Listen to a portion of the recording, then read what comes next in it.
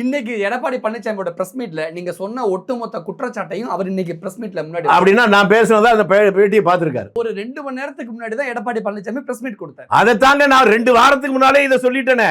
திமுகவோட கூட்டணியில இருக்கீங்க. ஆனா திமுக ஏங்க திமுக ஆட்சியில பண்ற சாதனை எல்லாம் திராவிட மாடல் ஆட்சி அப்படிதானே சொல்றீங்க? காங்கிரஸ் மாடல் சொல்றீங்களா? இல்ல இல்ல. அப்புறம் கூட்டணி அதுக்கு என்ன அர்த்தம்? அப்ப ஆட்சிக்கு எங்களுக்கு சம்பந்தம் இல்லை அப்படித்தானே? அப்புறம் என்ன சார் கூட்டணி? மற்றபடி தேர்தலுக்கான ஏற்பாடு தான் அந்த கூட்டணி.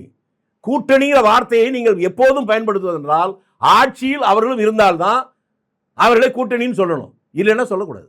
இதற்காக தான் விஜய் நீங்க சிவப்பு கம்பளம் விரித்து வரவேற்கிறீர்கள். நான் வரவேற்கிறேன்.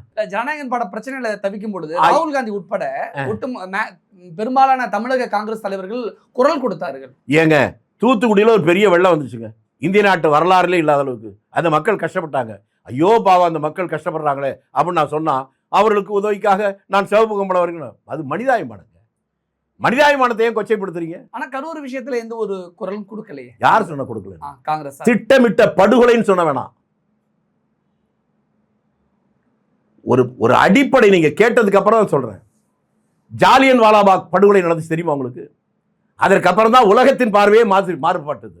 பாதுகாப்பு எப்படி கொடுக்கணும்ன்றது. ஒரு பெரிய நிகழ்ச்சி ஒன்று நடப்பதற்கு காவல்துறை அனுமதி தருவதென்றால் ஏதாவது ஒரு அசம்பாவிதம் நடந்தால் அந்த இடத்திலிருந்து மக்கள் கலைந்து போவதற்கு மாற்று பாதை இருக்கா அப்படி பார்த்து தான் கொடுக்கணும். அப்ப அந்த கூட்டம் பெருசா வரப்போகுது போலீஸ் தெரியுமில்ல.